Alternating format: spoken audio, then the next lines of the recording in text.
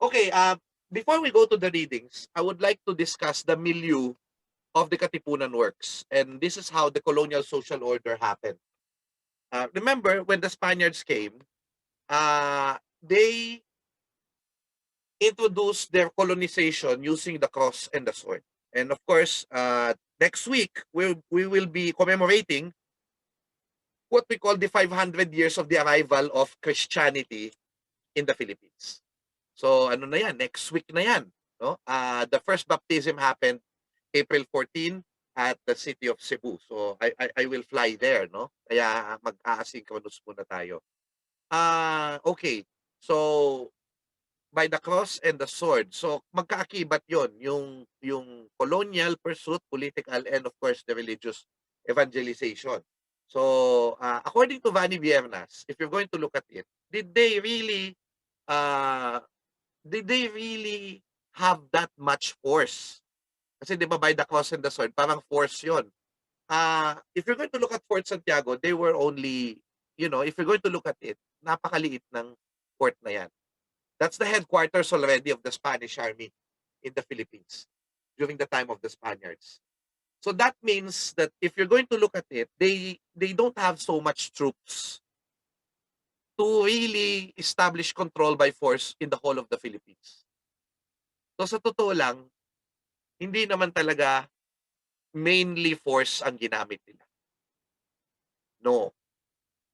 Oh? So, what did the Spaniards do? Kung hindi naman napakarami nung kanilang sundalo, they only needed one man in every town. And that's the friar. Okay?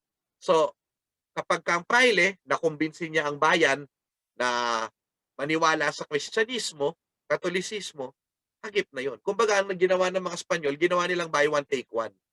Kung maniniwala kayo sa Panginoong Jesucristo, papasok kayo sa kolonyalismong Espanyol. So, they gave us an idea. The idea. So, tandaan nyo mabuti ibinigay sa mga Pilipino yung isang ideya. Hindi natin sinasabing uto-uto ang Pilipino. In many ways, tinanggap din ng Katolisismo ng mga Pilipino at binigay ito sa kanilang, kumbaga, dinala nila ito sa kanilang perspektiba. Pero, we're talking about may pinursu na idea na ipinigay sa mga tao ang Espanyol. And what is this? Na nung binigay yung Katolisismo sa atin, no, na may pahintulot ng Santo Papa ang kolonyalismo o pananakop sa Pilipinas at that time, no, parang sinabi nila, no, 'di ba, through what, 'di ba, yung tinatawag natin na yun, no, tinuruan nila tayo ng ano, no, tawag dito. Yun yung magkabakas nga yung Kristyanismo at yung gobyerno at pinalitan nila yung mga babaylan. Pinalitan nila yung ating mga pananampalataya. Bagamat niyakap natin, ang Kristyanismo ay pinalitan nila yung setup, no, ng ating at tinuruan nila tayo ng doktrina, binrainwash nila tayo sa pamamagitan ng town planning, di ba? So, yun yung nangyari diyan. So, ano yung idea? The idea that was planted on our heads. Pag sinunod mo ang Spanya, sinusunod mo ang Diyos.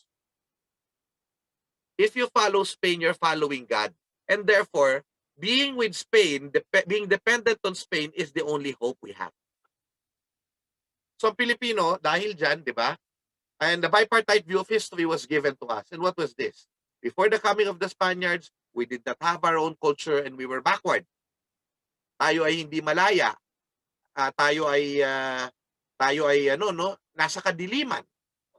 At nung tayo ay sinakop at nabindisyonan ng maravilyosa sibilisasyon Kristiyana, ay nakuha natin ng kaliwanagan. So before that, we were in the darkness. When Spaniards came, we were civilized. Pumasok sa isip ng maraming Pilipino yan, kaya sinunod nila ang Espanya kahit maraming mga policies na nakalulungkot at nakapagpahirap sa bayan. Tinuring nila yung sarili nilang sibilisado, tayo uncivilized. They were the master, we were the slave. and they were the colonizer and we were the colonized. And some of us lost our identity. Now, fast forward to the 1700s, kasi 1500s yun, 1600s, so sinasakop nila ang Pilipinas. The 1700s, sa Europa, may isang brewing na parang movement ng mga philosophers, mga philosophs ang tawag nila. At iniisip nila na, sige ito, papasagot ko sa inyo. Sino sa inyo ang nakakaalam, ano ba yung, kasi di ba may mga hari noong unang panahon.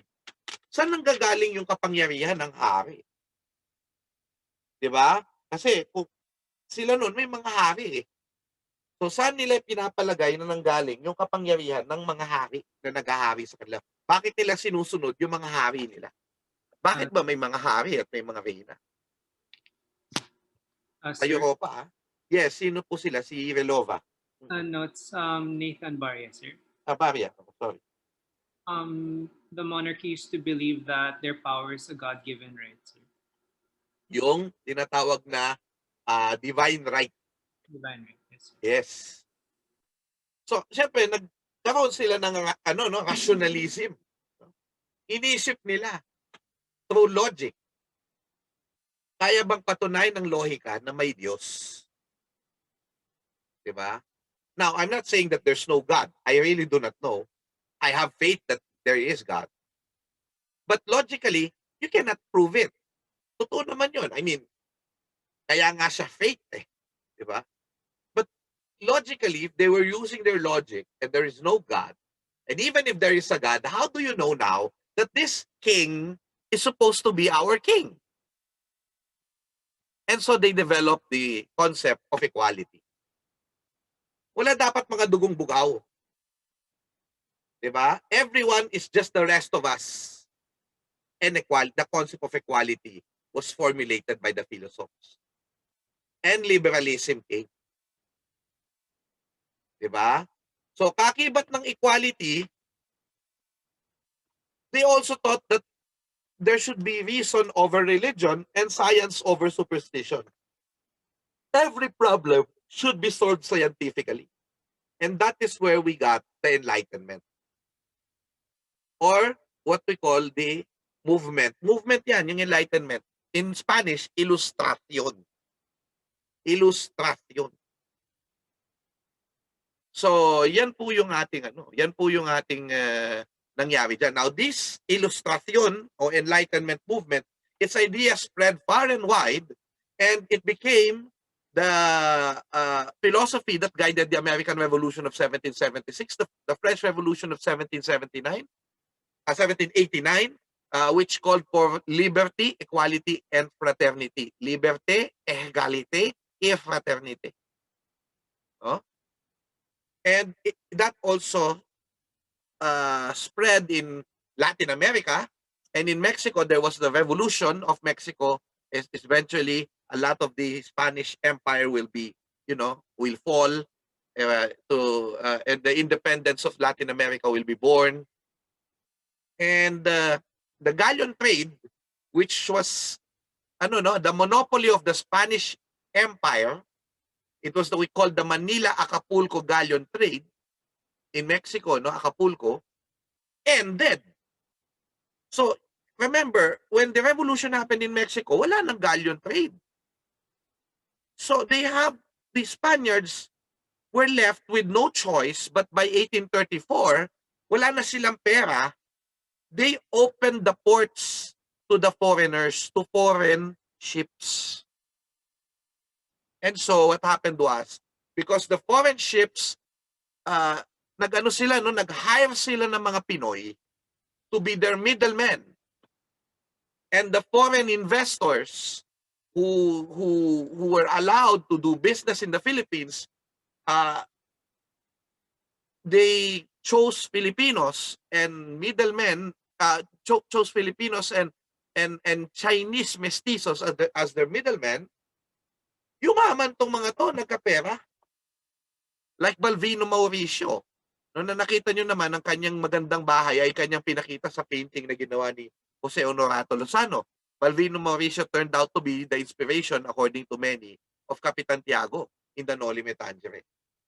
So, yung mga katulad ni Balvino Mauricio, mala Kapitan Tiago, they went to business, they had money, and eventually what will happen to their kids by the 1860s, 1870s, anong mangyayari sa kanila? Anyone?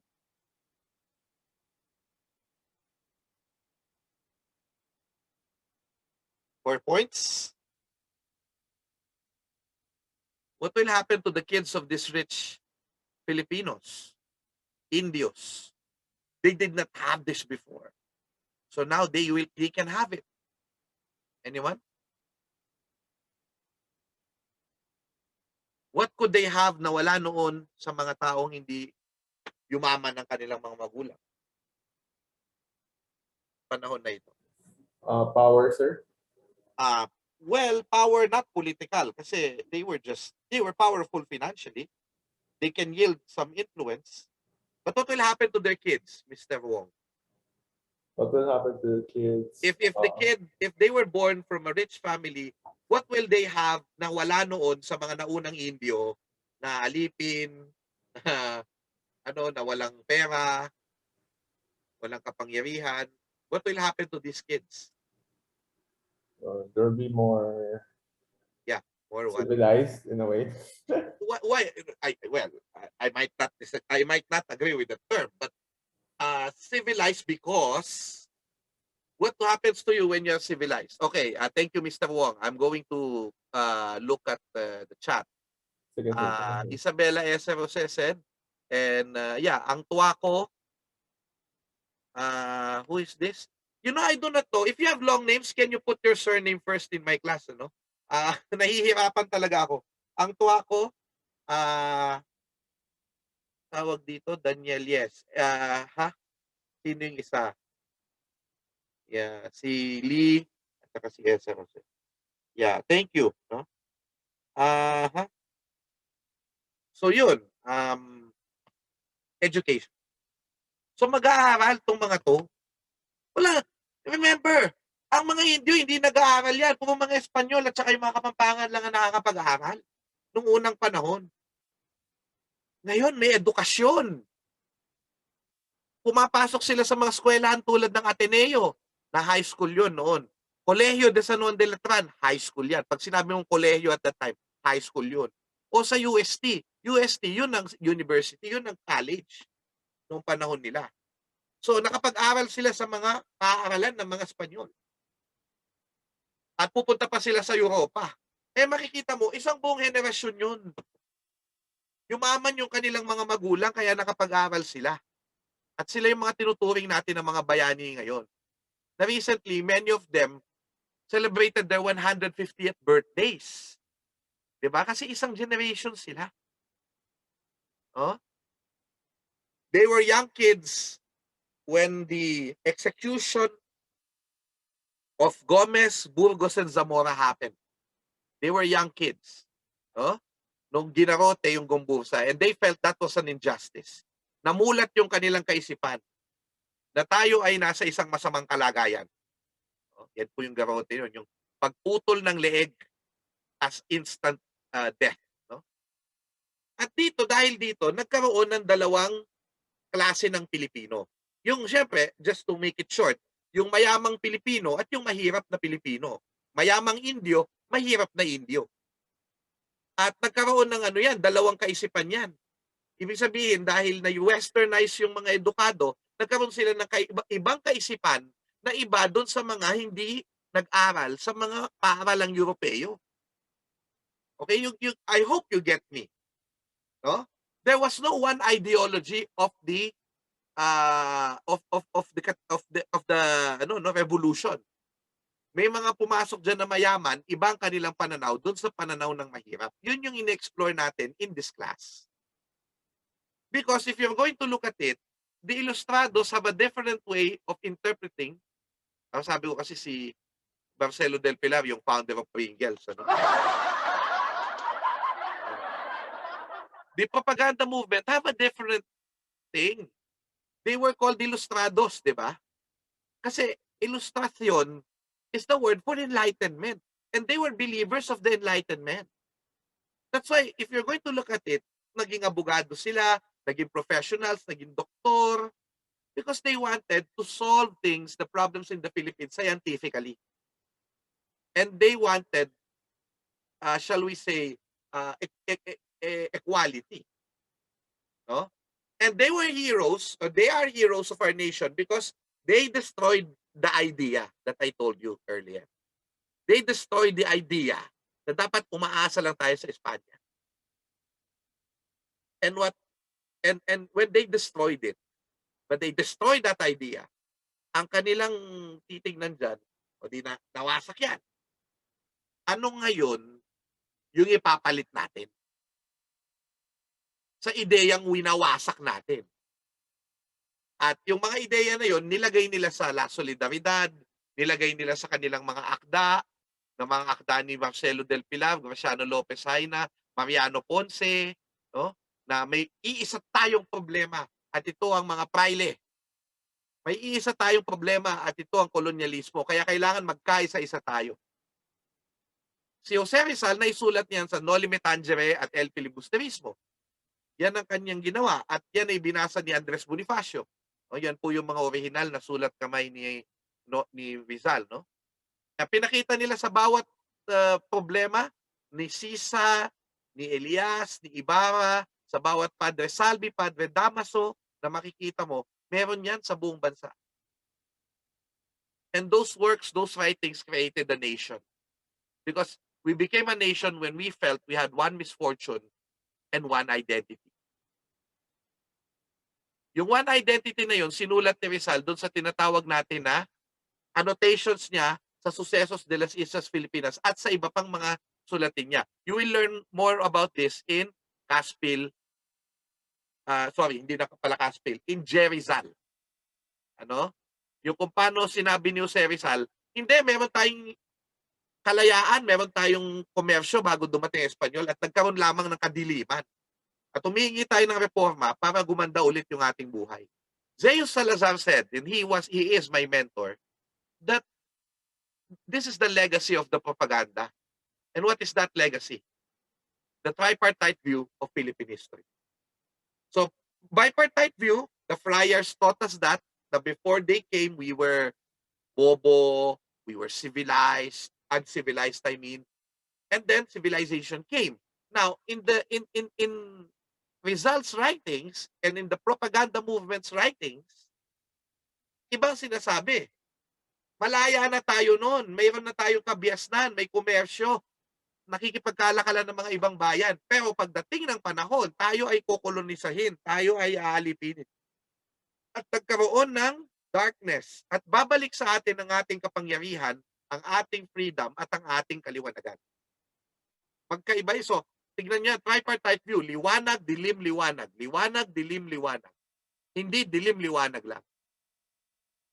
So the tripartite view of Philippine history, diba, na meron na tayong kultura noon, kabiasnan, yan ay isang bagay na malamang na kuha din ni Andres Bonifacio sa writings ng propagandista.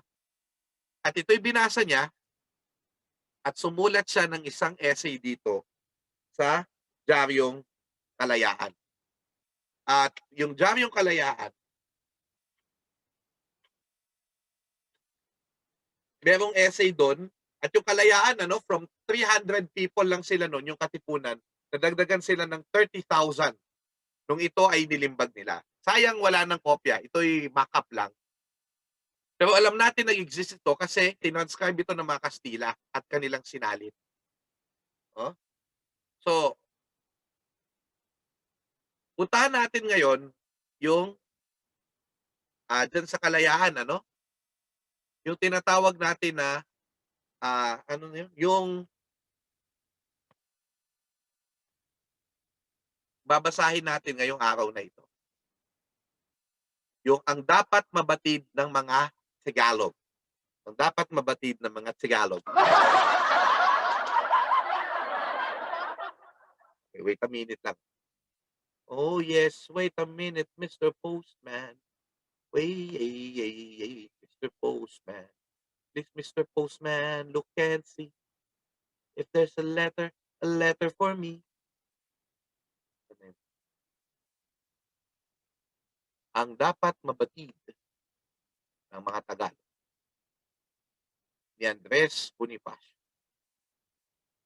So, tingnan nyo kung paano niya sinagawa dito yung tinatawag natin na tripartite view of history.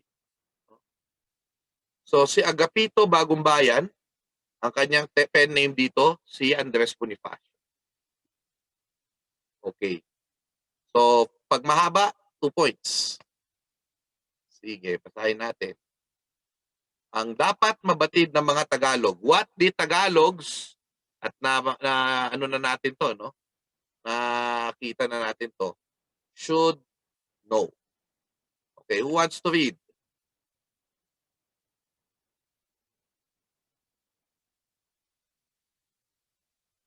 Anyone for points? 2 points ito. Mahaba.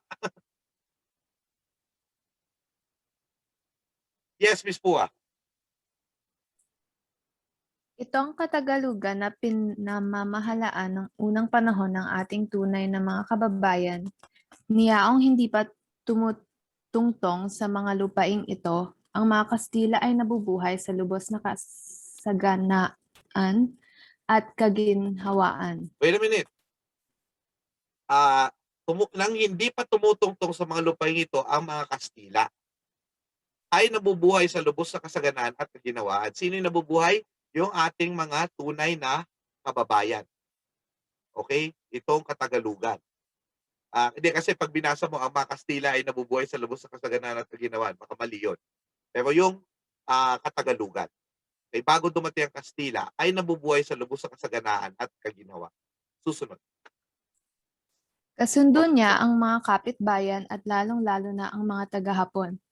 Sila'y kabilihan at kapalitan ng mga kalakal, malabis ang pagyabong ng lahat ng pinagkakaitaan. Kaya't dahil dito ay mayaman mahal ang kaasala ng lahat. Ugali, kaasalan. Okay, ng lahat. Mayaman, sabi niya, mayaman, mahal ang kaasalan ng lahat. Mababait sila. Okay, bata, matanda. Bata't matanda at 10 mga babae ay marunong bumasa at sumulat ng talagang pagsulat nating mga Tagalog. Baybayin. Okay, Dumating ang mga Kastila at dumulog sa nakipagkaibigan. Sa mabuti nilang hikayat na di umano, tayo ay aakin sa lalong kagalingan at lalong imumulat ang ating kaisipan. Ang nasabing nagsisipamahala ay nangyaring nalamuyot sa tamis ng kanilang dila sa paghibo. Gayon man sila'y ipinailalim sa talagang kaugalian ng mga Tagalog na sinaksihan at pinapagtibay ang kanilang pinagkayarian sa pamamagitan ng isang panunumpa na kumuha ng kaunting dugo sa kani-kanilang mga ugat. At yaoy ininom nila'y kapwa-tanda ng tunay at lubos na pagtatapat na di magtataksil sa pinagkayarian. Okay, so nagsandugo sila, di ba? Naging magkapatid sila. Naging magkapatid sila. Nakipag-ayos sila sa atin. Di ba? Maganda yung kanilang gawi, no? Sa atin, sa paglapit sa atin. Okay, sige, tuloy mo. Ito ay siyang tinatawag na Pacto de Sangre ng Haring si Katuna at ni Legazpi na pinakakatawan ng hari sa Espanya. Miss, pangalan mo? Miss Pua, yung bang si Katuna, yun ba'y popular fish ba yun?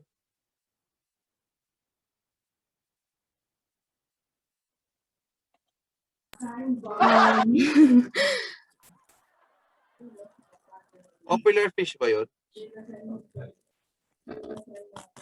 Alam mo ba yun? Tuna po, sir. O kasi sikat tuna eh. Thank you mga kaibigan. Thank you, Miss Pua. Thank you. Ay mali. Okay.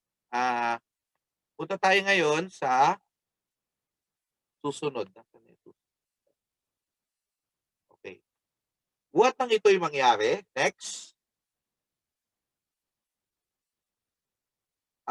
Gabriel Atay, sir. Atayde. Sige. Buhat ng ito'y mangyayari ay bumibilang na ngayon sa 300 taon. Mahigit na ang lahi ni Legazpi ay ating binubuhay sa lubos na kasaganaan.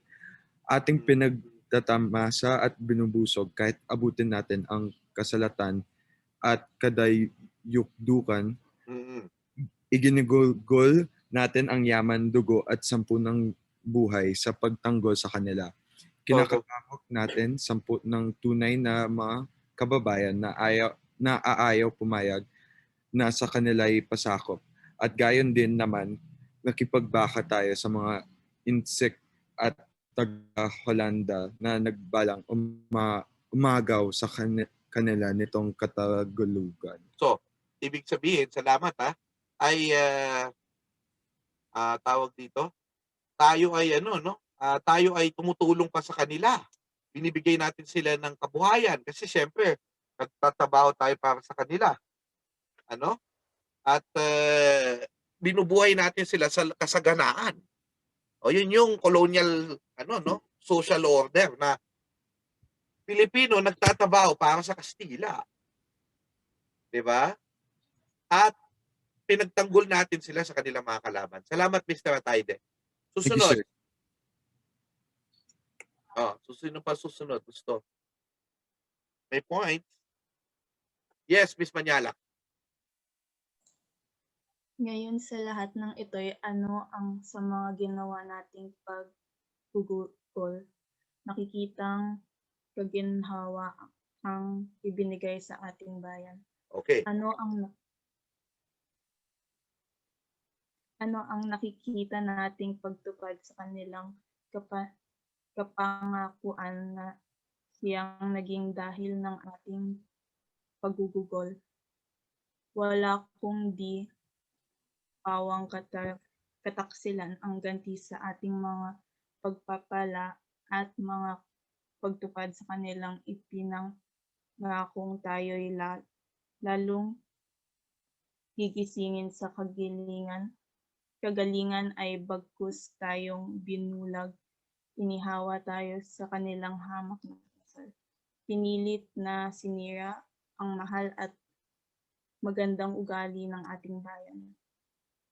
Iminulat tayo sa isang maling pagsampalataya at isinadlak sa lubak ng kasamaan ang kapurihan ng ating bayan. At kung tayo'y mangahas humingi ng kahit gabahid na lingap, ang nagiging kasagutan ay ang tayo'y itapon at ilayo sa piling ng ating minamahal na asawa at matandang magulang. Okay. Ang bawat isang himutok na pumula sa ating dibdib ay itinuturing na isang malaking pagkakasala at karakang nilalapatan ng sahayop na kabangisan. Naalala nyo yung last time ng mga poems at saka essays na sinasabi, tinotorture tayo. Kung tayo'y anak ng Madre Espanya, bakit nila tayo tinotorture? Ayan, andyan na naman. Diba? Ang bawat isang himutok na pumula sa ating dibdib, tinuturing na malaking pagkakasala at kamakarakang nilalapatan ng sahayop na kabangisan. Diba? Tapos nandyan pa, sa kasi pagka nagsandugo tayo, kapatid natin sila. So tayo, ang ginawa natin, binigay natin yung makakaya natin para sa kanila. Pero tayo, ano daw ginawa natin nila sa atin? Diba? Pawang kataksilan, lilo, kaliluhan, lilo. Walang kinalaman kay Stitch, So, ano yan, yan ang ginanti sa atin. At hindi nila tinupad yung kanilang pangako, tayo'y lalong gigisingin sa kagalingan. Tayo'y binulag, inihawa sa hamak na asal, sinira ang mahal at magandang gawin ng ating bayan, etc., etc., etc. So yan ang kasalukuyan. Ito ang ating bayan noong panahon ng mga sa panahon ni Andres Bonifacio, yun yung kanilang kasalukuyan. Okay, medyo mahaba ito pero sige. Sino ang gustong bumasa? Eugene Garcia. Ayan. Pwede na ba yung ganyang kaliit? Yes, sir, go lang. Sige. Ngayon wala nang maituturing na kapanatagan sa ating pamamayan. Ngayon laguy ng guwinanggambala ang ating katahimikan ng umaalingaw na daing at pananambitan bunton, hininga at hinagpis ng makapal na ulila, baot mga magulang ng mga kababayang ipinanganyaya ng mga manlulupig na Kastila. Mm. Ngayon tayo malunod na sa nagbabahang luha ng ina na nakitil na buhay ng anak sa pananangis ng sanggol na pinangulila ng kalupitan na ang bawat patak ay katulad ng isang kumukulong tinga So yung na galit ng tao ay parang patak na katulad ng isang kumukulong tinga. No? Burning lead. Ano? Ganun daw. So, very colorful ang language to describe the pain of the people. Na sumasalang yung lead, sumasalang saan? Sa mahapding sugat ng tuloy. ating pusong nagdaramdam. Mm. Ngayon lalo tayong bibilibiran ng tanikala ng pagkaalipin. Binibilibiran, parang bilibid. So kinukulong tayo, bilibid, kinukulong tayo sa mga lalong tanikala. Tuloy. Tanikalang nakalalait sa bawat lalaking may iniinggatang kapurihan. Ano ang nararapat nating gawin? Ang araw ng katwiran na sumisikat sa silanganan ay malinaw na itinuturo sa ating mga matang malaong nabulagan ang landas na dapat nating tunguhin. Ang liwanag niya ay tanaw sa ating mga mata, ang kukong nag-akma ng kamatayang alay sa ating ng mga ganid na asal.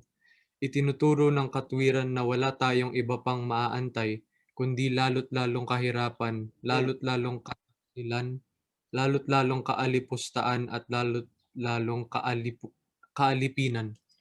Itinuturo ng katwiran na huwag nating sayangin ang panahon sa pag-asa sa ipinangakong kaginhawa Kaginhawaan. na Kaginhawaan. hindi darating at hindi mangyayari. Itinuturo ng katwiran ang tayo'y umasa sa ating sarili at huwag antayin sa iba ang ating kabuhayan.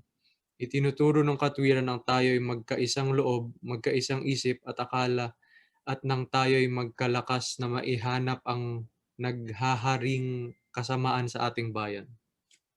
Okay. So, ang sinasabi, ito, importante ito, no? Ang sinasabi niya dito, ito yung paborito ko dito. Ano ang nararapat nating gawin? Ang araw ng katwiran na sumisikat sa silanganan ay malinaw na tinuturo sa ating mga matang malaong nabubulagan na may landas na dapat nating tunguhin. Ang liwanag niya ay tanaw sa ating mga mata. Ang kukong nag-akma ng kamatayang alay sa ating mga ganid na asal. Sa atin, sa mga ganid na asal. Itinuturo ng katwiran, okay, na wala tayong iba pang maaantay, kundi lalo't lalong kahirapan, lalo't lalong kataksilan, lalo't lalong kalipustahan, at lalo't lalong kaalipinan. Huwag na yung maghintay na magbabago pa sila. Yun ang sinasabi ni Bonifacio sa mga sa mga Katipunero. Itinuturo ng katwiran, ang tayo'y umasa sa ating sarili at huwag antayin sa iba ang ating kabuhayan. Itinuturo ng katwiran, ang tayo'y magkaisang loob, magkaisang isip, at akala. One will. Isang loob. Magkaisa. Itinuturo ng katwiran, ang tayo'y magkaisang loob, magkaisang isip at akala, at nang tayo'y magkalakas, power! Power! Na maihanap ang naghaharing kasamaan sa ating bayan.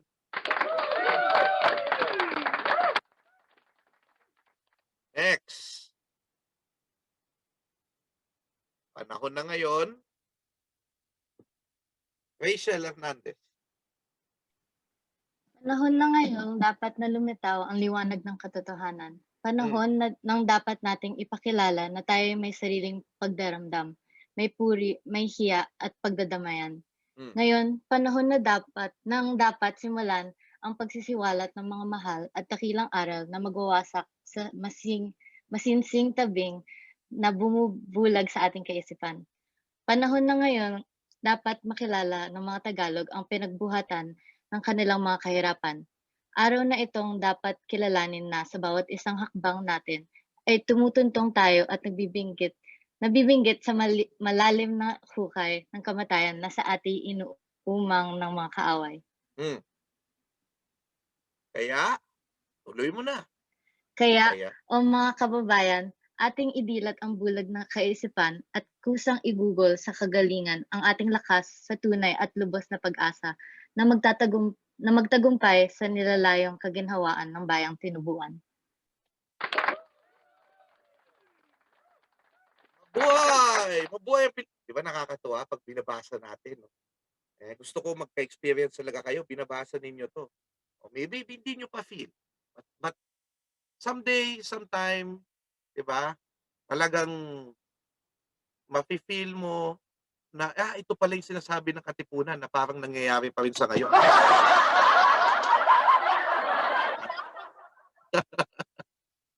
Sorry. Gumanat ka pa sa Uchua eh. Gumanat ka pa eh. O sige. Nakita nyo, no? I hope na intindihan nyo na to, no? Yung kaibahan ng tripartite view of history at saka yung bipartite view of history. No? Na ito yon yung sinasabi, no? So, may nangyari sa atin noon, ito yung kasalukuyan natin, kikilos tayo para matabo natin ang kaginhawaan. So, sige. Ngayon, ang gagawin ko, bago tayo magpatuloy, no?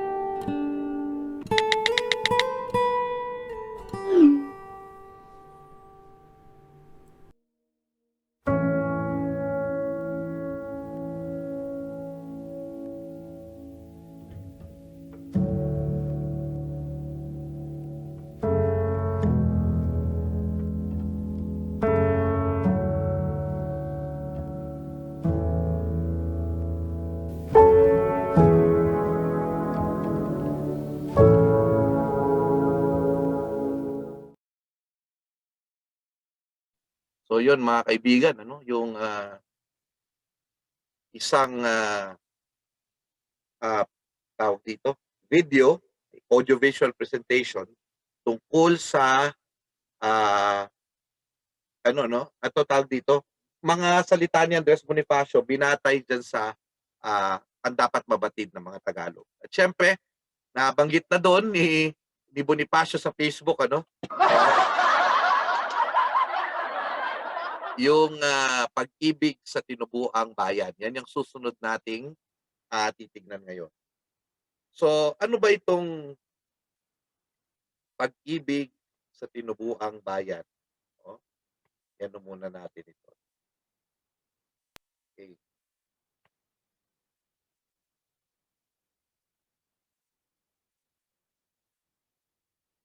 Okay. Bago ko ituloy yung ating pagbabasa, magandang malaman natin, no, medyo ano to, no, medyo hindi man complicated story, pero gusto kong ipakita sa inyo, maraming connection dito. Okay. Jose Rizal, kilala nyo siya, di ba? Siya ang national hero natin. One time, si Jose Rizal nagbigay ng essay kay Marcelo H. Del Pilar. Ang pangalan ng essay ay El Amor Patrio. So, ang dyaryo ni M.H. Del Pilar ay dyaryong Tagalog. This was in 1883, kung di ako nagkakamali. Hindi pa sikat si Rizal dito. Oh? So, si Bonifacio may dyaryo, may contact sila. So, nagpadala si Jose Rizal ng essay. At sinali nito ni dito, ni Marcelo Del Pilar sa kanyang dyaryong Tagalog. Now, kailangan makita natin to, no? Minsan si Jose Rizal ay gumagawa ng isang play kay William Tell. Oh? At si William Tell, meron pong monumento siya, national monument, na ginawa ni Richard Kisling. Now, sino si Richard Kisling? Hindi nyo kailangan i-memorize to. No? Amaze lang ako kasi siya rin yung gumawa ng ating national monument sa national hero natin na si Jose Rizal. So, 2 national monuments, 2 national heroes, iisa lang yung gumawa. No? Si Dr. Richard Kisling. Eh nga, kaso ngayon, may building na dyan. Anyway, so, merong ginamit na salita si Jose Rizal na nakapukaw ng pansin. Sorry, may ginawa si Marcelo Del Pilar doon sa translation niya na nakapukaw ng pansin kay Rizal. Kasi itong salitang ito ay hindi pa nagagamit noon. So sabi nga niya, no, si William Tell, national hero ng Switzerland, may German na gumawa ng play about him.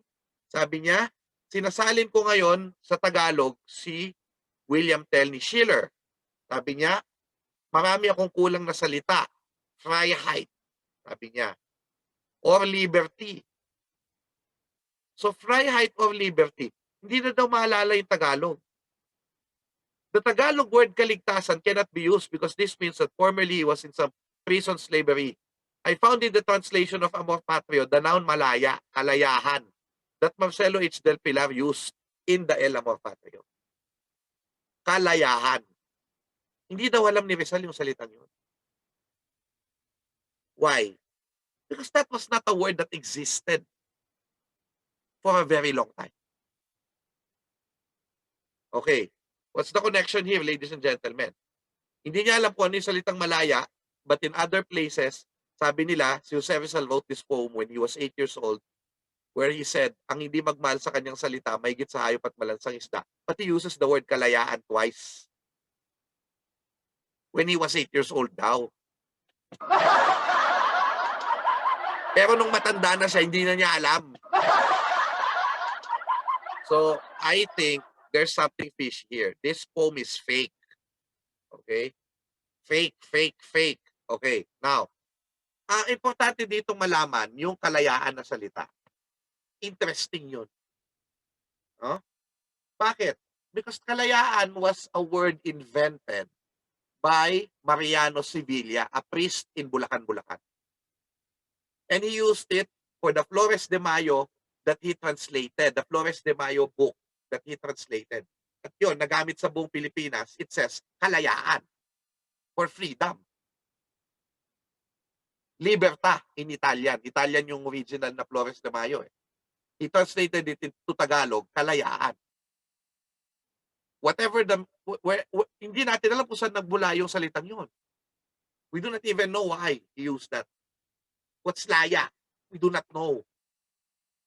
But kalayaan, di ba? Kalayaan was then used by Marcelo del Pilar kasi pareho silang taga Bulacan-Bulacan. There's the connection. And Rizal saw kalayaan being used and asked Kuya Pasiano, what is this kalayaan word? I do not understand it. Now, fast forward to the Katipunan, and they now uses kalayaan as their word. And this is where kalayaan eventually meant freedom for Filipinos. Katipunan na nagpasikat ng salitang yan. Okay? So I hope that is clear. No? Now, before we proceed, makikita natin na, and sorry if I'm showing you a lot of connections, but I do hope that you appreciate this, no? Kasi makikita nyo na yung kaugnayan ng ating kasaysayan. Now, I told you about El Amor Patrio, in which Marcelo del Pilar uses kalayaan. The title of the poem or the essay became Pag-ibig sa Tinubuang Lupa when Marcelo translates it. El Amor Patrio, Love of Country, Pag-ibig sa Tinubuang Lupa. In which Andres Bonifacio said, pakibasa nga yung sinasabing ang pag-ibig. Sino pwede bumasa dyan? Anyone? Anyone? Sayang points. Sinasabing, Daniel. Sinasabing ang pag-ibig kailanman ay siyang pinakamakapangyarihang tagapagbunsod ng mga gawang lalong magiting. Wait, okay? Sinasabing ang pag-ibig, love, is the greatest feeling that gives, kasi bukas araw ng kagitingan, ano? So, sakto. That make us do brave things. Valiant things. Valor, valiant. Love is the greatest feeling that make us do great things. Tuloy. Kung gayon, sa lahat ng mga pag-ibig, ang all the loves. Tuloy. Ang pag-ibig sa inang bayan ay siyang nakalikha ng mga gawang lalong dakila, lalong magiting at lalong walang halong pag-iimbot. Yun. Thank you, Ms. Artuaco. Of all the loves, if love is the greatest feeling, of all the loves in the world, of all the kinds of love, the love of country is the greatest. Yun yung message ni Rizal. Now, eventually, Andres Bonifacio basically copies almost all the words of the title except bayan. He changes it into lupa. Pag-ibig sa Tinubuang Lupa. Pag-ibig sa Tinubuang Lupa to Pag-ibig sa Tinubuang Bayan. So alam niyo yung lupa, native land lang. But when you call it bayan, it becomes a different thing. It becomes people also. And look, he quotes Rizal there. Doon sa tinatawag nating Canto del Maria Clara. No? Yung kay tamis, mabuhay sa sariling bayan, sa bayang tinubuan. No? Simoy ay parang panghatid buhay. Tapat ang pag-irog, sulit ang mamatay. It is better to love in your own country. Yan ang sinasabi ni Rizal doon sa Canto del Maria Clara. Kinote siya ni Bonifacio. So, Bonifacio is paying tribute to Jose Rizal here. And who wants to read in Emilio Jacinto's handwriting editing copy of the first stanza, which is sikat na sikat? Meron po? Aling? Ito lang, isa lang. Isang stanza lang.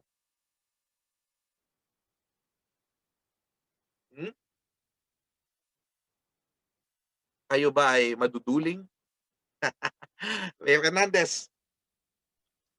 Aling pag-ibig pa ang hihigit kaya sa Mm. pagkadalisay at Sino yan? Dakila.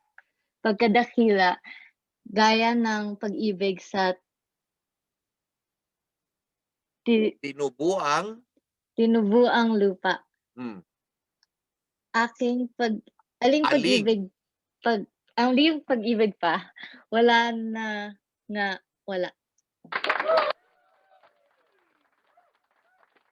Yes. Diba? I hope you've heard of that poem. I hope you've heard of that poem. No? It's one of the famous poems in our country. And now, there are 24 stanzas, I think. But we will not read them all. We will listen to 2 videos wherein yan ang kanilang parang product. No? Yan yung kanilang tinatalakay. And I'm going to read to you, I am going to show you a reading of the Pag-ibig sa Tinubuang Lupa of some selections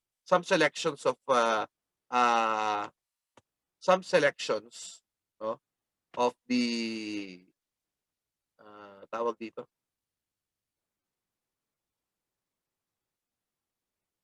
Some selections from the poem by the actor who played Andres Bonifacio. Aling pag-ibig pa ang hihigit kaya sa pagkadalisay at sa pagkadakila, gaya ng pag-ibig sa tinubuang lupa. Aling pag-ibig pa? Wala naman. Wala. Walang mahalagang hindi inihandog ng may pusong mahal sa bayang nagkupkup. Dugo, yaman, tunong, katiis at pagod.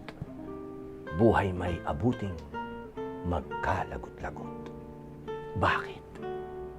Alin ito na sakdal ng laki na hinahandugan ng buong pagkasi, na sa lalong mahal nakapangyayari at ginugulat ng buhay na iwi. Ito'y ang inang bayang tinubuan. Siya'y inatangi sa kinamulatan, nakawili-wiling liwanag ng araw, na nagbigay init sa buong katawan. Kalakip din nito'y pag-ibig sa bayan. Ang lahat ng lalong sa gunitay mahal. Mula sa masayay gasong kasanggulan, hanggang sa kataway mapasalibingan. Sa aba ng abang mawalay sa bayan, gunita may laging sakbibi ng lumbay. Walang alaalat inaasam-asam, kundi ang makitang lupang tinubuan. Kung ang bayang ito'y masasapanganib, at siya ay dapat na ipagtangkilik, ang anak, asawa, magulang at kapatid, isang tawag niya'y tatalikdang pilit. Ipaghandog-handog ang buong pag-ibig, at hanggang may dugo'y ubusing itigis. Kung sa pagtatanggol, buhay ay mapatid, ito'y kapalaran at tunay na langit. Idol Robin Padilla. Okay. Okay. Sige. Now,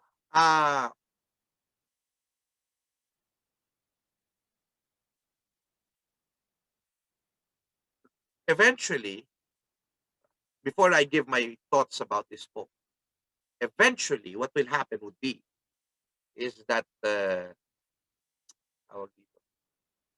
someone who was arrested during martial law memorized some of the lines in the book. And from prison, he puts music on some of Andres Bonifacio's words. Okay? And it became a song that became popular.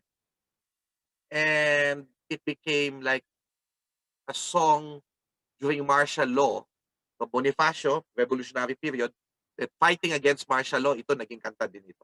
Pag-ibig sa Tinubuang Lupa. And this is the version of that song made by the group Inang Laya. Inang Laya, no? Karina Constantino David, at si Becky Demetilio Abraham. What I'm going to do is I'm going to let you listen to it. So it's a moving song. And then we're going to read the words from the manuscript by Emilio Assis. So I'm just going to, there's one missing though, one line missing na magkaiba dun sa manuscript at dun sa the very last one, dun sa last part, no? Magkaiba yung last part nila, nung manuscript tsaka nung actual. So magkakaiba yung lyrics niya dun sa huli. But basically it's the same thing. So I would like to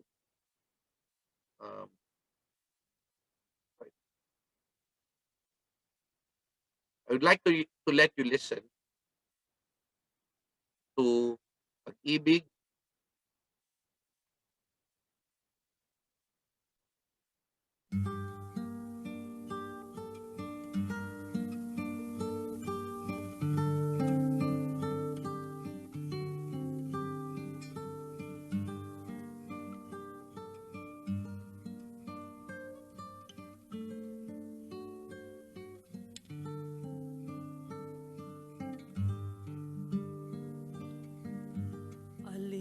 Pag-ibig ba ang higit kaya sa pagkadalisay at pagkadakila gaya ng pag-ibig sa tinubuang lupa? Aling pag-ibig ba wala nang wala, walang mahalagang hindi inihandog ng may pusong wagas sa bayang nakupok, dugo'y yaman dunong, katiis at pagod, buhay mayabuting magkalagot-lagot ang nakaraang panahon ng aliw, ang inasahang araw na darating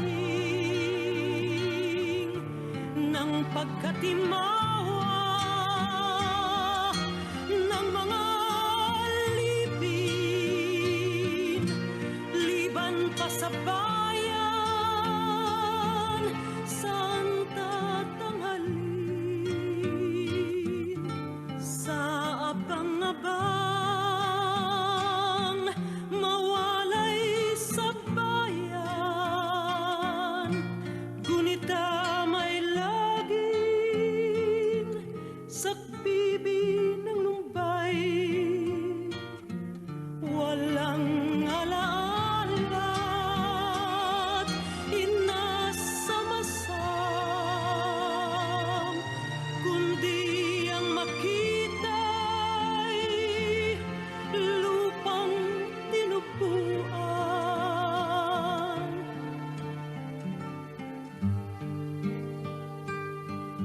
Kayong nalagasan ng bunga't bulaklak, kahoy niya ring buhay na nilantat sukat ng balabalakid, makapal na hirap muling manariwat, sabay ay lumiyag, ipakahandog-handog buong pag-ibig hanggang sa may dugot, ubusing itigis kung sa pagtatanggol buhay ang kapalit. Ito'y kapalaran at tunay na langit. Aling pag-ibig pa ang higit kaya sa pagkadalisay at pagkadakila, gaya ng pag-ibig sa tinubuang lupa. Aling pag-ibig pa wala na nga,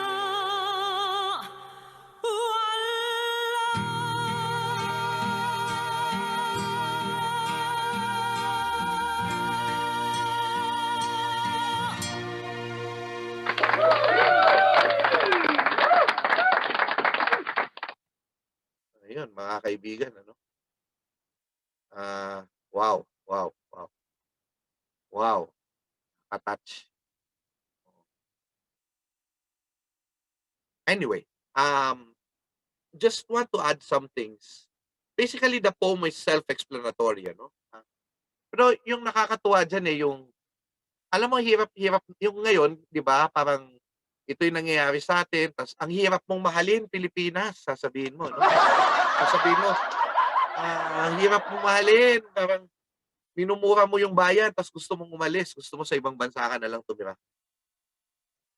Pero dito, kahit sila'y nasa pagkalipit, at sinasabi pa rin nila, matamis tumira sa bayan. Matamis maglingkod sa bayan. And for social order to be implemented ng independent country, kailangan mahal ng mga citizens ng bayan nito. Oh? And think that in everything that you do, whether it's for personal, dahil yan ay sa kabuhayan mo, sa trabaho mo, sa pagiging estudyante mo, you're thinking for the country. Ambag mo yan sa bayan mo. Kahit wala kang ginagawang dakila. Oh? Napaka-importante nito. Ang tripartite view, makikita natin doon sa kinanta ng Inang Laya na version, no? Ang nangakaraan, panahon ng aliw. Ang inaasahan, araw na darating ng pagkatimawa ng mga alipin. Tripartite view of history. Diba? Ang nakaraan, panahon na masaya. Sabihin ngayon, hindi masaya. Ang inaasahan, araw na darating na pagkatimawa, yun ang word doon, ng Kalayaan, timawa. Pagkatimawa ng mga alipin. But they replace timawa as a word because that word means slavery after some time. Okay? And then, finally, yung mga last parts niya, gustong-gusto ko ito eh. No? Kayong mga dukhang walang tanging palad, kundi ang mabuhay sa dalit at hirap. Ampunin ng bayan kung nasa ay lunas, pagkat ginhawa niya ay ginhawa ng lahat. Importante ito kasi lagi tayo pinapapili sa mga question. General Luna film, pinapili tayo. Bayan o sarili, pumili ka. Pero para sa akin, maganda piliin mo yung bayan mo. Bakit? Dahil parang pinipili mo na rin ang sarili mo. Dahil pag guminhawa ang bayan mo, giginhawa rin ang sarili mo. Ampunin ang bayan kung nasa ay lunas, sapagkat ang ginhawa niya ay ginhawa ng lahat.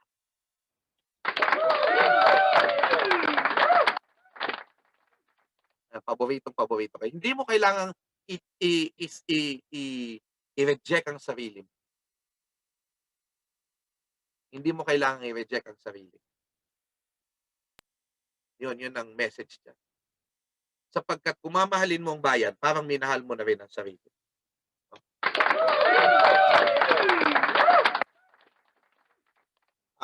Any thoughts? Any questions? Again, every time you say something, then you can have points. Okay, there's none. Well, I hope you learned something today about the concept of social order of the Katipunan. I mean, to some, di ba? Pinagkakaisa tayo. No? Kailangan nagkakaisang isip, diwa. Kailangan tanggalin ang alipin mentality. Di ba? Kailangan mahalin ang bayan. At pag pinili ang bayan, the social order is when you are good to other people.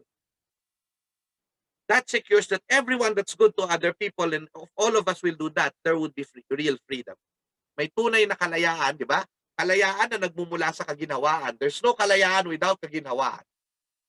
And without kaginhawaan, there's no kalayaan without kaginhawaan. And there would be no kaginhawaan without mabuting kalooban. Yan. So yung sa next asynchronous nyo, you will see the concept of freedom. And of course, yung mga asal. Ano yung asal? Yun yung mga ugali na dapat at yung mabuting kalooban na sinasabi. To maintain social order in the vision of the Philippines of Andres Bonifacio and Emilio Asir. Okay? Well, that was intense. Thank you very much for being here in this Zoom class for today. And please enjoy your week next week and the rest of the week. Live each day one at a time. Do not take yourself too seriously. Goodbye now and God love. Bye-bye.